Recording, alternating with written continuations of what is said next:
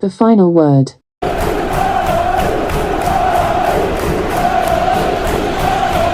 Hi guys, we're still outside Villa Park. It's the last word. I'm here with Fordey, I'm here with Eisha. We're going to talk about all things Aston Villa 2, Newcastle 0 in the rain. We must be dedicated for this. Let's talk about the lineup, Eisha. No real surprises. There was talks about Shaw, Lejeune, whether Kieran Clark was going to be fit. He was fit enough in the end. Any real surprises for you? Not surprises. Like I said, I was happy that Kieran Clark didn't have that knock and he did start. But coming away now, I'm able to reflect. I'm like, oh wow, without Lascelles and Shaw, perhaps like we're a little bit lost at the back. And Kieran Clark didn't make as much of an impact that he should have, actually. But yeah, no real surprises. Yeah. But we're Shaw fans, Lee and I. He's got a man crush on him. I'll leave you with that one. 40.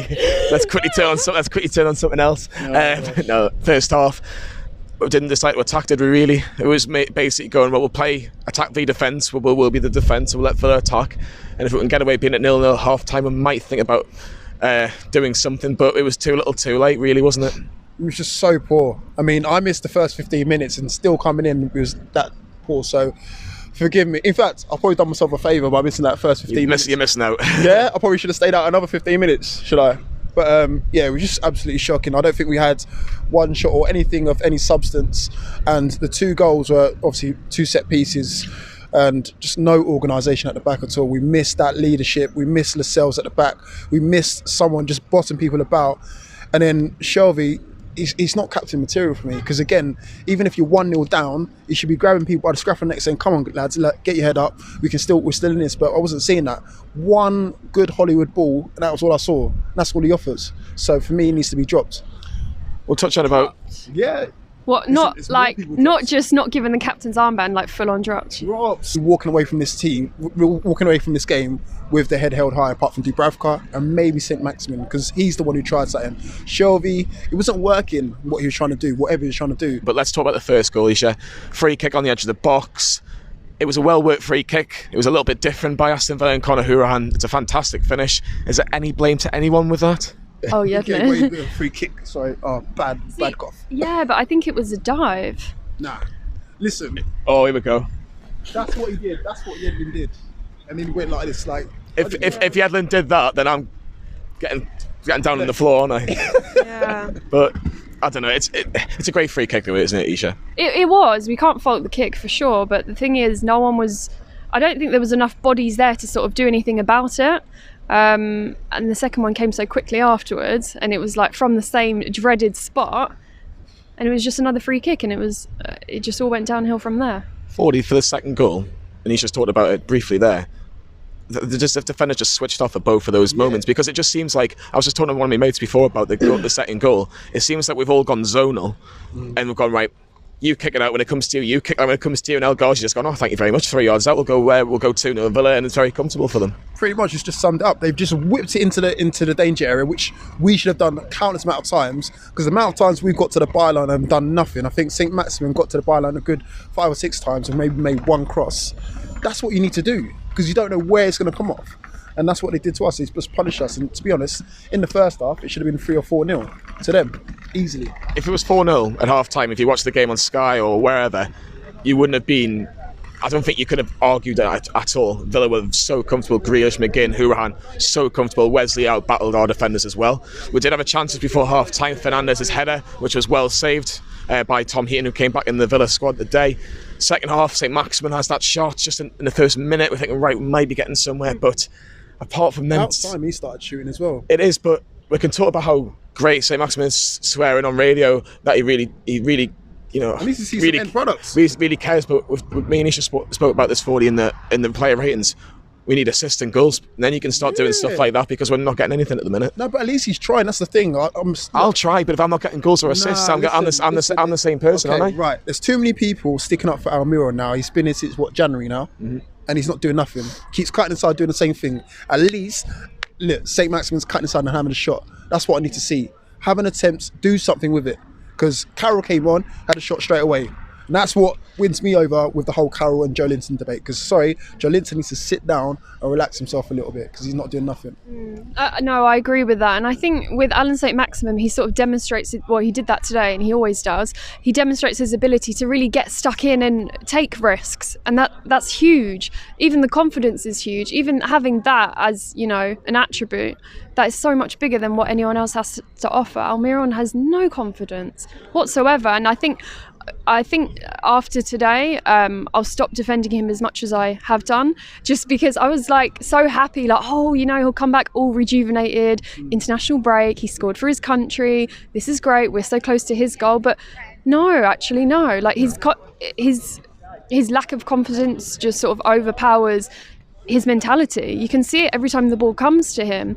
He's constantly looking to pass it to the next person just so he can sort of back out of any accountability. Definitely. No responsibility taken, but if anyone was going to score the next goal, it looked like it was going to be Aston Villa. Grealish had chances, McGinn had a chance. Dubravka had made a fantastic save from Wesley as well, so Villa probably cut themselves unlucky only be winning this game by 2-0. Let's hear from the former Aston Villa manager and the current Newcastle manager, Steve Bruce. Let's hear what he had to say. Yeah, we didn't get there in the first half. We were a bit too passive and we give the ball away too often. And in the first half in particular, second half, we've gone all out to try and chase the game, and that's always difficult in the Premier League. You leave yourself a bit open. And we've had 1 or 2, 3 opportunities where the goalkeeper's made a good save. It'd been interesting if we had got, you know, one of the goal in just after half time. But first half in particular, we can't be happy with that display. You know, we've got to be, and we have been better than that. And unfortunately, there was nothing in it until the set pieces. And I've seen Connor many times work that set piece, and he does it very well. And we're back. Steve Bruce will be very disappointed that he hasn't managed to get anything against his former club. Fordey's disappointed, Eisha's disappointed, we're all disappointed. Leon, the camera's disappointed as well. Look, Fordey, Steve Bruce got his tactics wrong today. Did he give Aston Villa far too much respect? Way too much respect. As I say, credit to him. He did change it though, because other times he might have... When Joe Linton got his nose bleeding, he gone 4-4-2. Oh, my nose is bleeding. I mean, yeah, we went 4-4-2. We actually stuck two strikers on the pitch, which I was very shocked about, because like most of the time, even under our previous manager, would have kept the same shape. Let's face it. You can't even say his name, no, can you? I'm trying to avoid. I'm trying to sidestep, because people start saying no, forget about it, all the rest of it. But usually we would stick to the same shape. So we stuck 2 up top, and I can't ever agree to it. That was old school, but again, it looks more productive, and the game was getting more out of it. So I agree with it. Next game going forward, Carroll needs to start off with sticking to the same formation. If we're being bold, 4-4-2 against Man City. I know. Call me crazy. Joe Linton needs to find form, he needs to find Jesus, he needs to find anything. He needs to find something, he needs to find a hope and a prayer to get him back scoring again, because, sorry, that is not it for me. That's not £40 million worth of striker. Talking about Jesus, Jesus is going to be starting for Manchester City, because Sergio, well, it's Manchester City next on BT Sport.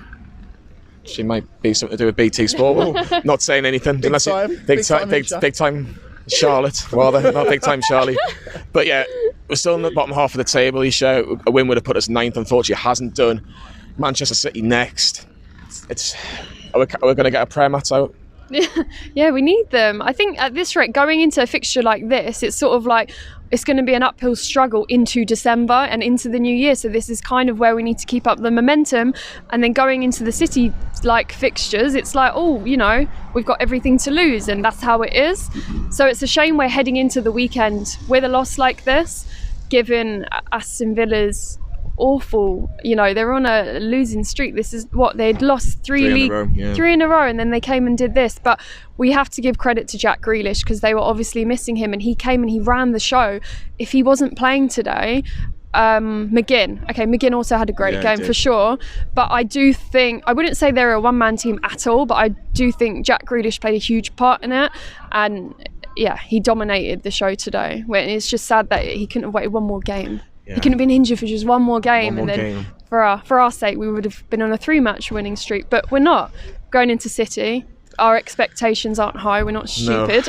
No. We're not overly optimistic, and it's just not good for the morale of the team. Definitely not. Like Steve Bruce spoke about that, didn't he? He did, yeah. He was like, you should see them in training, the morale's so high. Two wins, only 2 wins, but 2 crucial wins. And then, a loss. So it changes the morale of the team, going up against City, but it is what it is. It is what it is. Yeah, Man City on Saturday. I'll give you a 40 of. I don't know if you're at the game on Saturday, but if you're not, No, I'm not doing that to myself. I don't. I'm not doing that to myself. I don't blame you, but give us any hope, any optimistic thoughts that we can possibly get something as Man City. We did it last year. Yes, it was under different circumstances, but can Newcastle get anything from this game on Saturday? Look, I've already started looking past City, if I'm honest. I'm not concerned, and I'm concerned, but I'm not worried. Put it that way, because I know that we'll get a shock result somewhere along the lines. Because my next game that I'm going to, I do it by the games that I go to. So next game I'm going to is Man United. This is the big time Charlie one about. Wow. Next game I'm going to Man United with the guy behind the camera there. But I think we'll get a result in between now and then. So it might be at Man City or it might be at Sheffield. Well, I don't think I get against Sheffield United, but there's other games in between there where we'll get a result. So yeah. Yeah, definitely. Maybe the question going into this weekend is sort of, I think Steve Bruce taking Joe Linton off at, I can't remember how many minutes it was, but it was a lot earlier. The hour mark, yeah. A lot earlier than I expected, and it was sort of like panic change. We need to change things up. Let's get 2 up front. And I think the real question is going ahead is will he have the guts to play around a bit, get Dwight Gale on? He showed intent. In our player rating, I made no secret of the fact I'm really happy with the way he sort of came on and wanted to do something about it. And then Andy Carroll, he gave it a go as well. And Joe Linton, he's not a risk worth taking at the minute. And Steve Bruce needs to acknowledge that going into December. It's a big month, December. We've still got 1 game left in November against Manchester City. He will be there, of course, for Newcastle versus Manchester City.